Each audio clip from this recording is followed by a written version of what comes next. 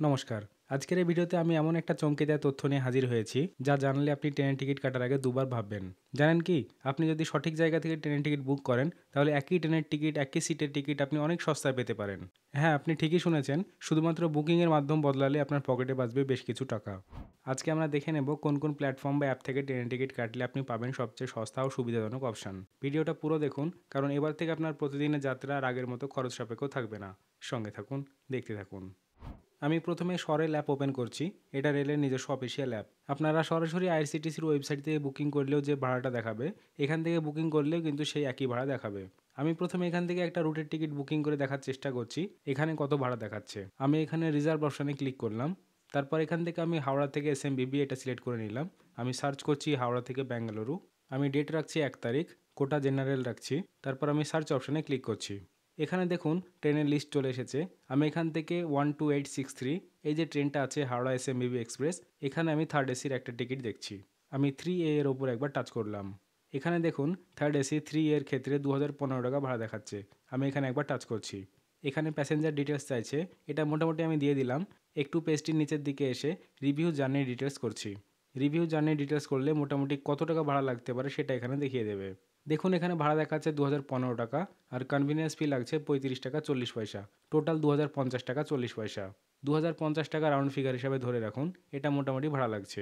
মানে রেলের যে আইআরসিটিসির অ্যাপ আছে, আপনি যদি সেখান থেকে টিকিট কাটেন বা আইআরসিটিসির ওয়েবসাইট থেকে টিকিট কাটেন, ভাড়া কিন্তু 2050 টাকা লাগবে। এবার সেম ট্রেনে অন্য অ্যাপ থেকে কত টাকা ভাড়া লাগছে আমরা একবার দেখে নিই। আপনাদের ম্যাক্সিমাম মানুষের ফোনে কিন্তু এখন ফোনপে অ্যাপ আছে, তাই না?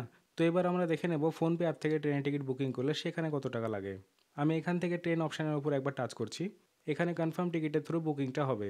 আপনারা প্রত্যেকেই জানেন ট্রেনের টিকিট আপনি নিজে বুক করতে চাইলে পার্সোনাল ইউজার আইডি থেকে বুক করতে হবে।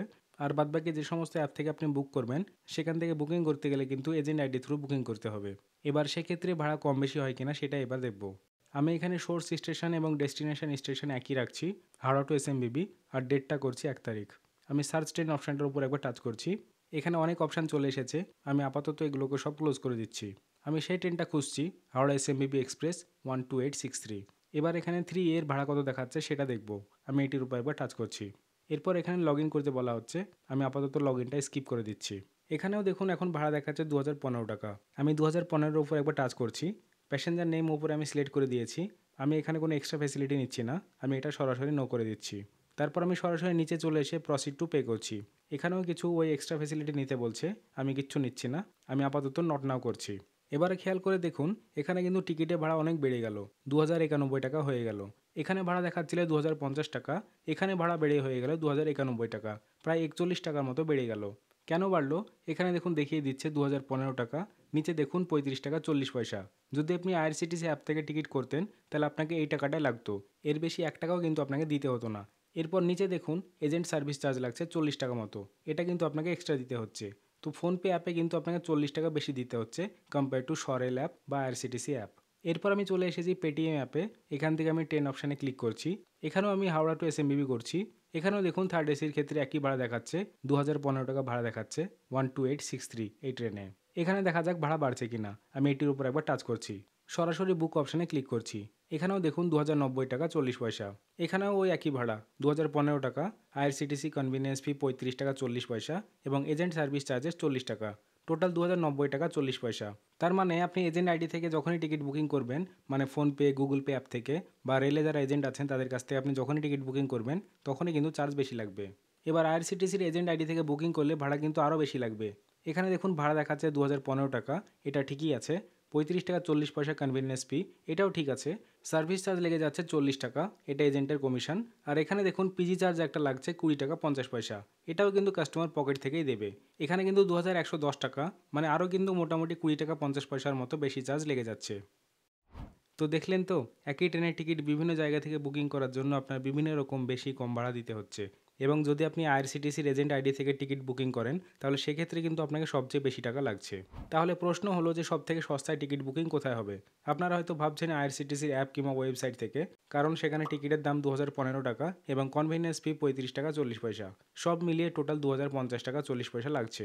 যেখানে ফোনপে কিংবা পেটিএম থেকে টিকিট বুকিং করলে আপনার লেগে যাচ্ছে 2091 টাকা এবং আইআরসিটিসি এজেন্ট আইডি থেকে বুকিং করলে আপনার লাগছে 2110 টাকা। কিন্তু না, তার থেকেও সস্তায় টিকিট পাওয়া যায়। আপনি যদি কাউন্টার থেকে টিকিট কাটেন তাহলে ওখানে শুধুমাত্র 2015 টাকাই লাগবে এবং এই কনভেনিয়েন্স ফি বা এজেন্ট ফি এসব কিন্তু সেখানে লাগবে না। শুধুমাত্র অনলাইন টিকিটগুলোতে এই সমস্ত এক্সট্রা চার্জগুলো দিতে হয়, কিন্তু কাউন্টার টিকিটে একমাত্র যেটা মূল ভাড়া সেটাই লাগে, আপনাকে কোনো এক্সট্রা চার্জ দিতে হয় না। পার্সোনাল আইডি থেকে টিকিট বুকিং করলে কিন্তু চার্জ অনেকটাই কম লাগে। এটা এসি বলে 40 টাকা দেখাচ্ছে, যদি এটা নন এসি হতো তাহলে কিন্তু 20 টাকা দেখাতো। এটা কিন্তু পার পিএনআর হয়, পার প্যাসেঞ্জার হয় না। তবে আপনারা যদি মনে করেন আপনারা ফোনপে অ্যাপ থেকে বা পেটিএম অ্যাপ থেকে বুক করে সিকিউর হচ্ছেন, তাহলে আপনারা বেশি টাকা দিয়ে করতেই পারেন। তো আজকের এই তথ্যগুলো যদি আপনাদের কাজে লাগে তাহলে একটা লাইক দিয়ে ভিডিওটিকে সাপোর্ট করবেন।